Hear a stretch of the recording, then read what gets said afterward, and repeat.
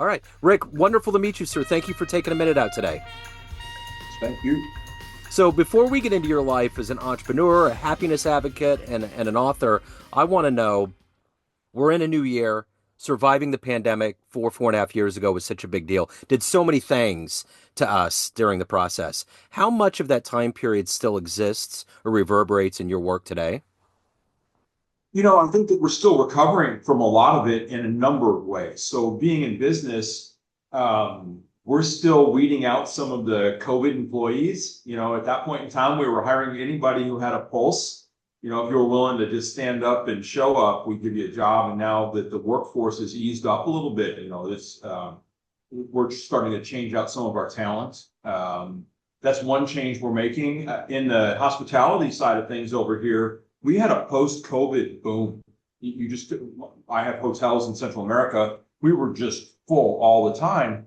And just this past quarter or so, we saw a real lag, like I have not seen other than COVID in 10 years. So, you see a lot changing in the business world. And, some of the guys that I listened to, we had an interesting lesson the other day that talked a little bit about, it's about neuroplasticity in general, but about how COVID is going to change a certain generation of people, and an age group that were in school or had just finished school, and what the long-term effects are going to be on those people. And I found it really interesting because as you think about it, it changed the world for everybody, but for people like you and I, who had already experienced quite a bit of life, it was a moment in life. And for a lot of these people, especially the younger ones, it is a very permanent part of their life, a Yeah. very early part of adulthood for some of them. And that's, I can remember my daughter asking me, she had just graduated from college when COVID really hit, saying, have you ever been through anything like this in your life? And I was like, well, honestly, no. Yeah. So it's lingering. Yeah, it's I don't know, it's the COVID generation. It's interesting. I've thought the exact same thing. We have all this mileage on our odometer. They're freshlings on this planet, so to speak. And I think about that. So I'm an IT technician for a large school district by day. And I remember at one point one of the teachers came in and said, all of these kindergartners are coming in with masks and this is all they know. And it just blew me away. Like that whole idea was just like, wow, this is the only reality that they have. Yeah, I'll give you one that was tough. My niece teaches special needs kids. Most of them, half, don't speak. Putting a mask on those children was Oh, just, and the teacher was just, there was no point in going any further. Like you should have just left them alone and left them home. yeah. Shoot. My Yeah. my son's on the spectrum and he's 20. So, yeah, I mean, especially early on, I mean, his verbal vernacular is pretty good now, but early on, of course. And a lot of the nonverbal cues with the eyes and the way that they enunciate or even try to communicate, yeah, no good There's at no all. visible facial expression when you put a mask on. You don't understand anybody's intent. I know. You have no idea. It's Are they wild. happy they want to help me or are they going to kill me? Yeah, right. Exactly. Exactly. So, you're a busy man, but I want to boil down the essence of what you do on a daily basis. I'm going to put you in front of a bunch of third graders. It's career day. One of the kids in the room is curious and is like, "Hey, what do you do for a living?" How do you answer him? Well, my business card says I'm an escape artist because it's very difficult to answer that. And I'm serious. That is what it says. And people ask me that just in casual conversation. And in Spanish, you say, "Que se dedica?" It's, it just means, what do you do? And it's a tough question for me to answer because it depends on the day, really. I mean, so today I'm talking to you about a book. I'm getting ready to write my second book. And I spent a large part of my day on that platform today. I talked with my publicist and as a matter of fact, that's probably where about half of my day went. The early morning when I got up, I spent some time on myself. I did a cold plunge. I meditated. I wrote in my journal, and then I started working on marketing for a company I have in Austin, Texas, that does computer stuff. We sell used computers online. And then we had an event at a vacation rental in Austin that's been a little interesting. We had someone hack somebody's Airbnb account and get into one of our units. So we dealt with that for a little while. And when I get done talking to you, I'm going to get in the car and go into town and deliver some stuff that I brought from the United States to the hotel. So It's a variety of things every day, and it's just kind of all over the place. It depends on the day, where I am, and what's urgent. So when you were in the third grade, what was your vision for your life? What did you dream you would grow up and become? Not in school. That's right. I get it. I get it. So how did this happen? Take me back to the beginning. Take me back to your childhood and what were the foundational elements of being an entrepreneur and being an author and changing lives? How did all of this happen? Well, I think the entrepreneurial part started from my father. So he was a mechanic at a Ford dealership. And then he became service manager, parts manager, both at the same time in a small Ford dealership. And at one point in time, his boss was a bit of not a real nice guy. And he'd ordered my father to clean out the parts in the back, on his own time, get this stuff out of here. And in there, my father had come across a bunch of really old Ford parts from the 30s. And the owner of the dealership, Ben, said, just get this stuff out of here, clean the whole thing out. We're not selling this stuff. And my father asked me, do you want to do it? He said, I don't care, get it out. So my father took these things and realized there was some value in them. And I remember in particular, there was a 1930 Model A left front Ford fenders, front left fender off of a 1930 Model A, a bunch of them. And this is in the 70s. And my father ended up selling those for about $700 a piece. And there was a pretty big stack of them. And $700 then, I don't know, 5,000 bucks today or so. But it was seed money for him to start a business. And there were some other parts in there. And he realized in the process of selling these fenders to these Model A Fords that there was a business in this. And then later on, my father ended up over time importing parts from China. He had I forget the relationship. There was a company that eventually filed bankruptcy that my father sold parts to. It was a very big distributor in the United States for Model A Ford parts. We did shows all over. And as kids, we traveled around Hershey, Carlisle, Pennsylvania, that part of the world, selling at the spring and fall shows, and didn't spend much time in school as a result. But one day at the dinner table, my father said, I had a paper route, and I had tried to get a second paper route, and I was fielding that out. So I had someone else running that paper route. So this was my early entrepreneurial days. I was 11 or something, but that didn't work out, by the way. My father said, "You're never going to be happy working for somebody else." And if anybody else had said that, or even my father had said that at another time, it wouldn't have meant much. But I'd seen the differences in my father from when he was a mechanic at the Ford dealership, working his butt off, coming home greasy and tired, and working for himself, coming home greasy and tired and happy. Yeah. And there was something about that, it was okay. He was obviously working just as hard. Our house was a bigger mess because there was paperwork everywhere on the dining room table and car parts all over the place and different things. So it wasn't necessarily a better environment in the household, but I could see the happiness in my father. And I don't know if that registered in that moment, but I could tell I was happier because my father was happier. He wasn't coming home angry. And that was kind of the moment, where I think I may not have realized it. I'm sure I didn't realize it at 11, but that was the light bulb. I'm not going to, and I'm not to say I didn't have jobs. I did. I had to along the way, but my goal was always to be my own boss.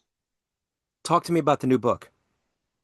Well, the book is really about happiness. That is the sole objective. So, I've gone through quite a transformation, and it's been after the book, the first book that I wrote. I received an email one day from someone that I didn't know, but at least I didn't know at the time, and it read something like, "Do you want to wake up happy?" And I was your typical entrepreneur. I woke up shaking. I stayed up at night wondering how I was going to make payroll. I was in a constant state of anxiety, and I don't know if the rest of the world realizes that, but entrepreneurs are a special breed.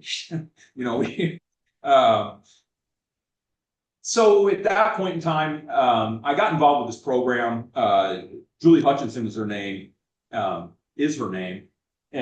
she has an outfit called Core Performance, and they work on folks. The email literally said, "Do you want to wake up happy?" And I thought, well, and the rest of the email read like she'd been spying on me. It's like, how do you know that I wake up shaking in bed and that I'm terrified all the time and all this? And I read it and I was like, well, heck yeah, I want to wake up happy. And I started a course with her, and I got tricked into meditation.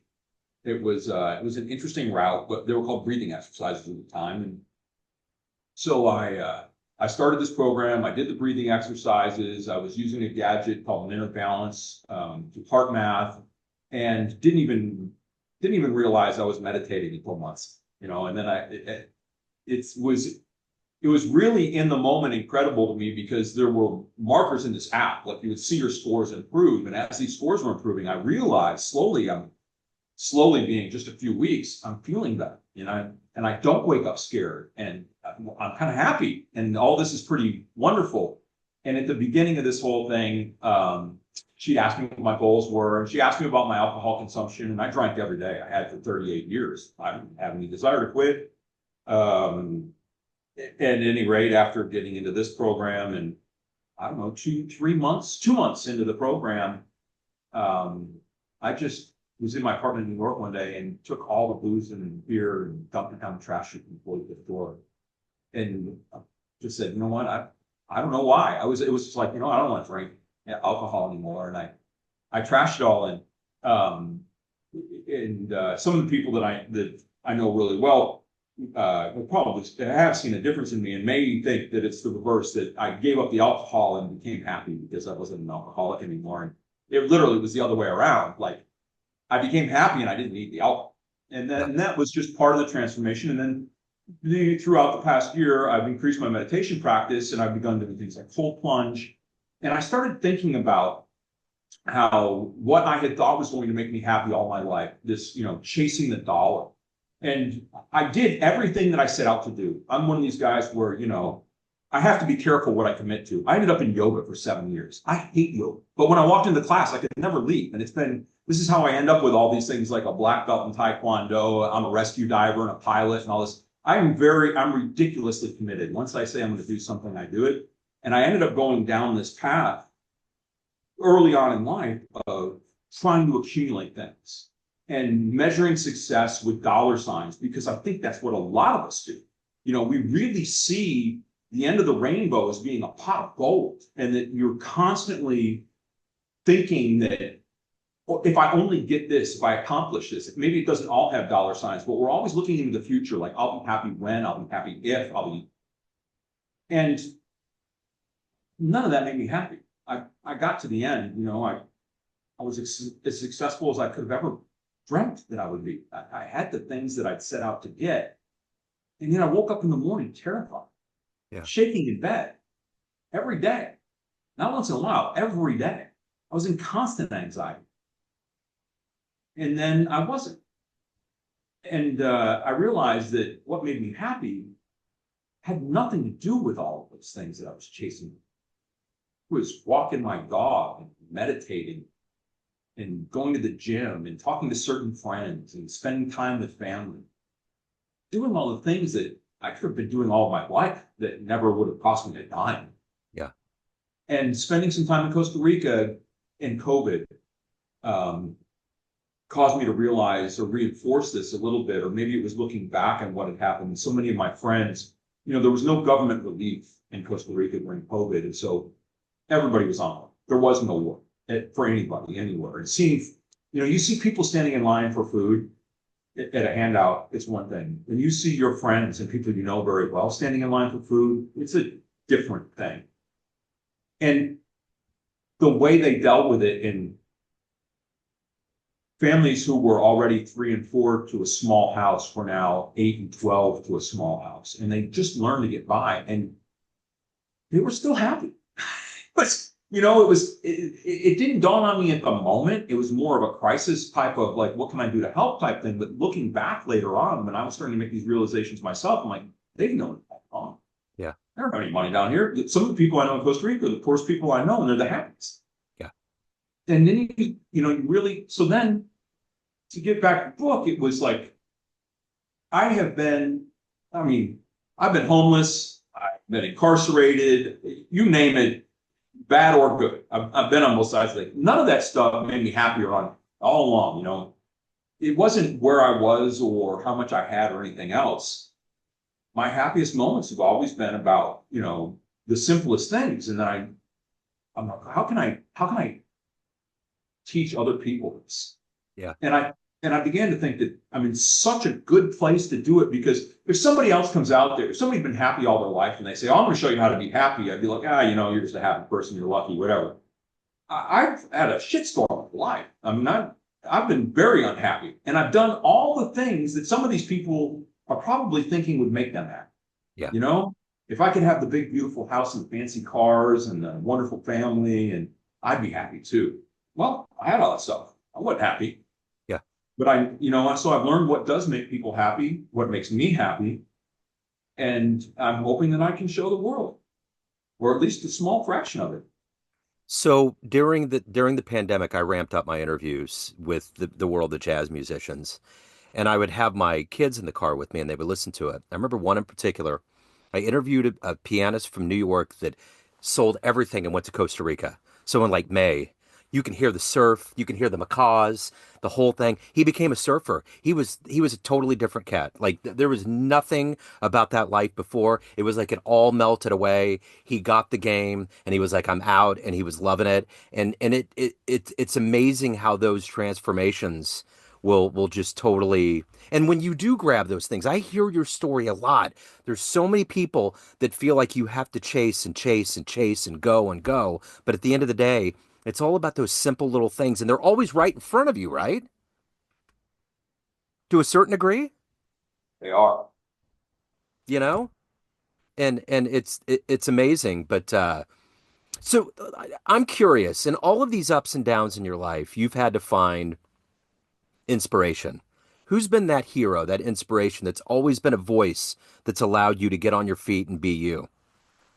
I've always found different people at different points in my life. I've had some pretty tough moments. Um, and sometimes um, it's music. I during COVID especially, I took the guitar, and I learned Lenny by Stevie Ray Vaughan, which is an incredibly difficult piece. And Stevie was a huge inspiration, both in part, he's from Austin and I'm from Austin, but his sobriety was very interesting, and his relationship with Clapton. And at any rate, I found the story about that in one particular song, Lenny, that he wrote on Thanksgiving Day, or recorded on Thanksgiving Day. Inspiring. It's an incredibly difficult piece. It's just guitar, bass, and drums. There's no vocals to it. It's long and complicated, and I took that on as a project. I thought, this is and so Stevie was a great influence. And then many years before that, I'd had a pretty terrible run-in with the federal government. And I was the sole target of a long investigation. And I turned to a physical side of myself. Um, and I had a lot of people who inspired me at that time, but Lance Armstrong was a big one. And I live in a part of Austin. One of the streets near my house is called Dry Creek. As you're going up Dry Creek, it's a very steep hill. Someone had painted with, I don't know what, "Go Lance Go" in the street in white. And it was there for years. And I would crank up that hill, and I was preparing for triathlons, and I was doing Ride for the Roses and all this stuff. And I was not an athlete.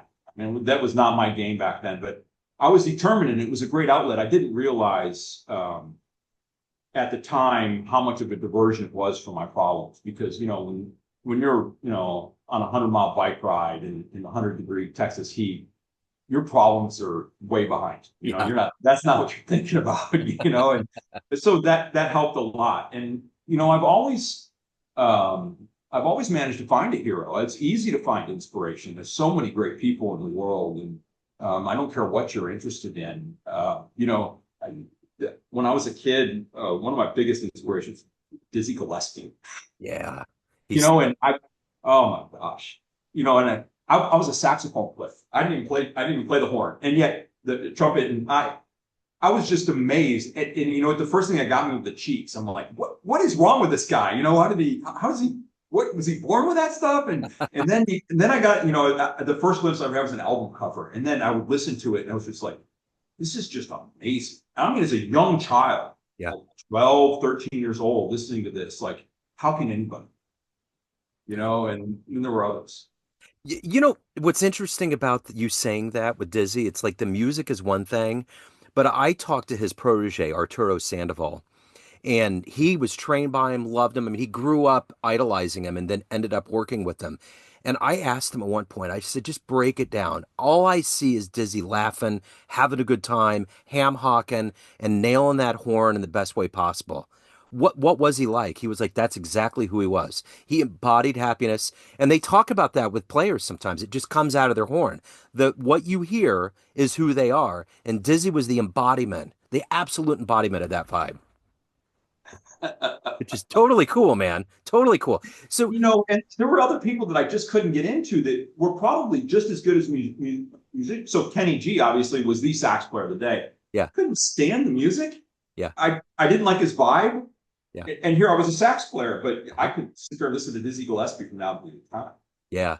So let me ask you this about happiness. The one thing that I hear from a lot of therapists and counselors is that we block that. We are our own worst enemies. So when you break down happiness, what's the one thing people have to completely get a handle on before they can open up and walk into that field? Well, there's two things that I think are probably pretty important. One is to understand the difference between happiness and pleasure. You Yeah. need to really get that because a lot of people have a problem with an addiction of one kind or another. It can be a gamut of things. And the other that I think is probably important that will come to you over time is that happiness is pretty natural. It's the lack of other emotions. If I don't know how to, it's like the whiteboard that doesn't have anything written on it. If you can remove the anxiety and the depression and the anger and the hatred and all this other stuff, you're left with happiness. Yeah. At least that's the way I feel. I'm constantly trying to get rid of the bad things, and when I clear them out, the happiness is what I find underneath all the clutter.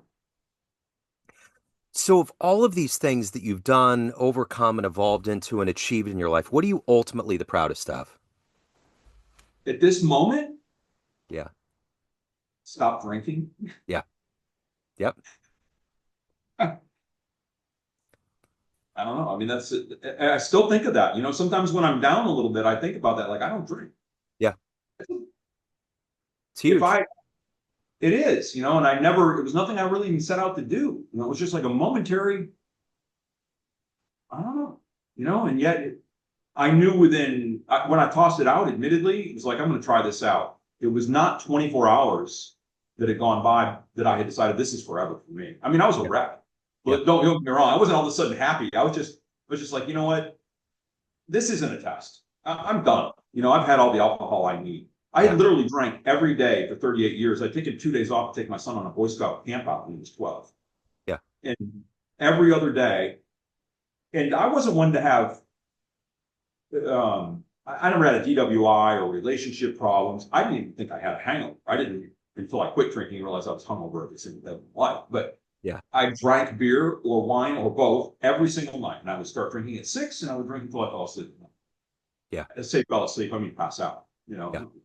I've only recently in the last year learned what it's like to fall asleep. It's kind of a weird feeling because I doze in and out. It's like I was asleep. I'm awake. I'm asleep. And I'd never had that feeling before, at least not as an adult. It's like, oh wow, Yeah. I realized the transition from wake to sleep. So, what is the motivation for you every day to wake up to do this work? You got a lot going on, different roles, but ultimately, what's the motivator for you to do your work at a high level and to evolve as a human being?